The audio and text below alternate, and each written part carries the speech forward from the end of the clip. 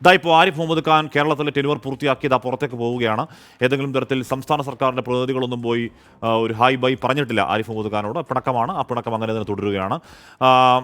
ഇവിടെ സുരക്ഷാ ജീവനക്കാരുടെ ഒരു ഗാർഡ് ഓഫ് ഓണർ ഒക്കെ ഉണ്ടെന്ന് പറയുന്നത് പുറത്താണോ അത് അകത്ത് തന്നെയാണോ എന്നറിയില്ല. ഷഫീദ് റാവുത്തർ ചേരുന്നു. ഷഫീദ്, അപ്പോൾ മന്ദം മന്ദം ഒരു ദീർഘകാലത്തെ ഒരു കൊടുങ്കാറ്റ് പോലെ വീശിയടിച്ച യുദ്ധപർവത്തിന് ശേഷം ആരിഫ് മുഹമ്മദ് ഖാൻ മടക്കമാണ് അല്ലേ?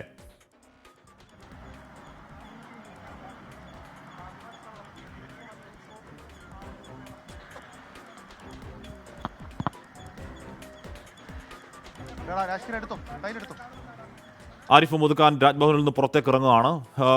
നമുക്ക് ഓർമ്മയുണ്ട് ആരിഫ് മുഹമ്മദ് ഖാൻ ഈ യാത്രയിൽ നമ്മുടെയൊക്കെ മനസ്സിൽ തെളിയുന്നത് പ്രക്ഷോഭങ്ങൾ തന്നെയാണ്. പലതരത്തിലുള്ള പല രീതിയിൽ പലതരത്തിലുള്ള ഒരുപാട് ഡ്രമാറ്റിക്കായ ഒരുപാട് സംഭവങ്ങൾ നമ്മൾ കണ്ടു. തെരുവിലിറങ്ങിയുള്ള പോരടിക്കലും അങ്ങോട്ടും ഇങ്ങോട്ടുള്ള വാർത്താ സമ്മേളനങ്ങളും ആ വാർത്താ സമ്മേളനങ്ങളിലെ ഏറ്റവും നിലവാര താഴ്ചയിലുള്ള പ്രതികരണങ്ങളും ഒക്കെ നമ്മൾ കണ്ടതാണ് ഇരുഭാഗത്തു നിന്നും. അപ്പോൾ കഴിഞ്ഞ പോയ ആരിഫ് മുഹമ്മദ് ഖാൻ 5 വർഷങ്ങളെന്ന് പറഞ്ഞാൽ അക്ഷരാർത്ഥത്തിൽ യുദ്ധമായിരുന്നു. യുദ്ധമെന്ന് പറഞ്ഞാൽ യുദ്ധത്തോട് യുദ്ധമായിരുന്നു. അതിനിടയിൽ ഇടയ്ക്ക് അനുരഞ്ജനമൊക്കെ ഉണ്ടായെങ്കിലും പായസം കൊടുക്കലൊക്കെ ഉണ്ടായെങ്കിലും. ഷഫീദ് റാവുത്തർ ചേരുന്നുണ്ട്. ഷഫീദ്, അപ്പോൾ ഏതെങ്കിലും തരത്തിൽ ആരിഫ് മുഹമ്മദ് ഖാൻ്റെ മടക്കത്തിൽ സർക്കാർ പ്രതിനിധികൾ ഒരു ബൈ പറയാൻ എത്തിയിട്ടില്ല. ആരിഫ് മുഹമ്മദ് ഖാൻ മടങ്ങുകയാണല്ലേ? ഹഷ്മി, ആരിഫ് മുഹമ്മദ് ഖാൻ രാജ്ഭവനിൽ നിന്ന് തിരുവനന്തപുരം വിമാനത്താവളത്തിലേക്ക് പോയിട്ടുണ്ട്. അദ്ദേഹത്തിന് SFIയുടെ ഒരു ടാറ്റ ബൈ ബൈ ഉണ്ടാകും എന്നുള്ളൊരു സൂചന, അങ്ങനൊരു വിവരം കൂടി നമുക്കിപ്പോൾ ലഭിക്കുന്നുണ്ട്. അതീവ സുരക്ഷയിൽ വലിയ ഈ ഉദ്യോഗസ്ഥരടക്കമുണ്ട്, പ്രത്യേകിച്ച് ചീഫ് സെക്രട്ടറി, അതേപോലെ തന്നെ ADGP അടക്കമുള്ള ആളുകൾ, ADGP മനോജ് എബ്രഹാം അടക്കമുള്ള ആളുകൾ വാഹനത്തിൻ്റെ അകമ്പടിയോട് അദ്ദേഹത്തെ മടക്കുകയാണ്. ഗവർണർ ആരിഫ് മുഹമ്മദ് ഖാനെ കേരളത്തിൽ നിന്ന് അദ്ദേഹത്തെ മടക്കുകയാണ്. ഇന്ന് 12 മണിക്ക് കൊച്ചിയിൽ, അതായത് 12 മണിക്കാണ് അദ്ദേഹത്തിന് കൊച്ചിയിലേക്കുള്ള വിമാനം. അതിനുശേഷം ഏതാണ്ട് 3:30 കൊച്ചിയിൽ നിന്നും അദ്ദേഹം മടങ്ങും. ഏതായാലും തിരുവനന്തപുരത്തെ വെള്ളയമ്പലത്തെ രാജ്ഭവനിൽ നിന്ന് ഗവർണർ ആരിഫ് മുഹമ്മദ് ഖാൻ ഔദ്യോഗികമായി അദ്ദേഹത്തിൻ്റെ കടമകൾ അദ്ദേഹം നിറവേറ്റി, ആ സേവനം അവസാനിപ്പിച്ച് അദ്ദേഹം മടങ്ങുകയാണ്. രാജ്ഭവനിൽ നിന്ന് അദ്ദേഹം ഉദ്യോഗസ്ഥരുടെ അടക്കം അകമ്പടിയോടുകൂടി അദ്ദേഹം വിമാനത്താവളത്തിലേക്ക് പുറപ്പെട്ടിട്ടുണ്ട്. പക്ഷേ ഏതെങ്കിലും തരത്തിൽ ഏതെങ്കിലും ഒരു ഉദ്യോഗസ്ഥൻ്റെ, ഏതെങ്കിലും ഒരു മന്ത്രിയുടെ, മുഖ്യമന്ത്രി തിരുവനന്തപുരത്തുണ്ട്, മറ്റു മന്ത്രിമാരുണ്ട്, പക്ഷേ അവരാരും അദ്ദേഹത്തെ കണ്ട ഒരാശംസകൾ ഈ വിഷയത്തിൽ നേർന്നിട്ടില്ല എന്നുള്ളതാണ് ഏറ്റവും ശ്രദ്ധേയമായിട്ടുള്ള കാര്യം. ഗവർണർ ആരിഫ് മുഹമ്മദ് ഖാൻ പിണറായി സർക്കാരിൻ്റെ കണ്ണിലെ കരടായി മാറിയത് മുതൽ അതിനുശേഷം നടന്ന ശീതയുദ്ധം, കോടതി കയറിയ സംഭവങ്ങളുണ്ട്.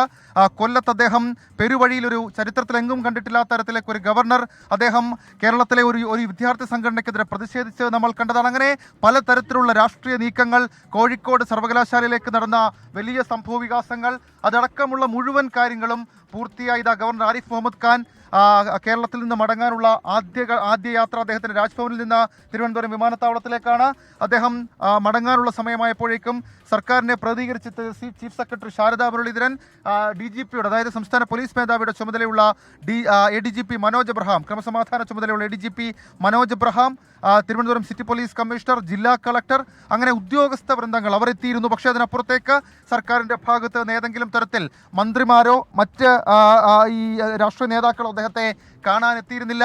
വലിയ വിയോജിപ്പ് അത് സർക്കാരും ഗവർണറും തമ്മിൽ പലതരത്തിലുണ്ടായിരുന്നു. ഗവർണർ ആരിഫ് മുഹമ്മദ് ഖാൻ മടങ്ങുമ്പോൾ അദ്ദേഹത്തിന് സുരക്ഷ ഒരുക്കിയിരുന്ന കേന്ദ്രസേന, അതും പതിവില്ലാത്തൊരു കാഴ്ചയായിരുന്നു. നമുക്കറിയാം, വലിയ പ്രതിഷേധങ്ങൾക്കൊക്കെ ശേഷം ആരിഫ് മുഹമ്മദ് ഖാൻ തന്നെ ആവശ്യപ്പെട്ടതാണ് അദ്ദേഹത്തിന് CRPFൻ്റെ സെക്യൂരിറ്റി വേണമെന്ന്. CRPF സംഘവും മടങ്ങും.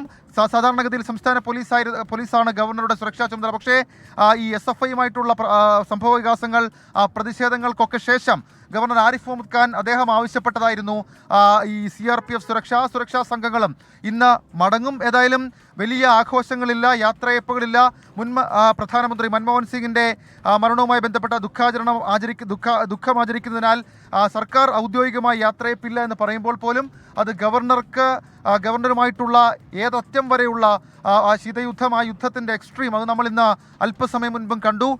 ആരിഫ് മുഹമ്മദ് ഖാൻ്റെ അദ്ദേഹം കേരളത്തിൽ ഗവർണറായി തുടരുന്ന അവസാന സമയത്ത് പോലും ഏതെങ്കിലും തരത്തിൽ മന്ത്രിമാരോ മുഖ്യമന്ത്രിയോ അദ്ദേഹത്തെ കാണാൻ വേണ്ടി എത്തിയില്ല എന്നുള്ളതും ഏറ്റവും പ്രധാനപ്പെട്ട കാര്യം. പുതിയ ഗവർണർ രാജേന്ദ്ര ആർലേക്കർ ഉടൻ തന്നെ കേരളത്തിലേക്ക് എത്തി ചുമതല ഏറ്റെടുക്കും എന്നുള്ള വിവരം കൂടി ഇപ്പോൾ രാജ്ഭവനിൽ നിന്ന് നമുക്ക് ലഭിക്കുന്നുണ്ട്. ഗവർണർക്കൊപ്പം അദ്ദേഹത്തിൻ്റെ ചുമതലയിൽ ഉണ്ടായിരുന്ന 4 ഉദ്യോഗസ്ഥരും സ്ഥാനമൊഴിയുമെന്നുള്ളതും ഏറ്റവും സുപ്രധാനമായിട്ടുള്ള കാര്യം.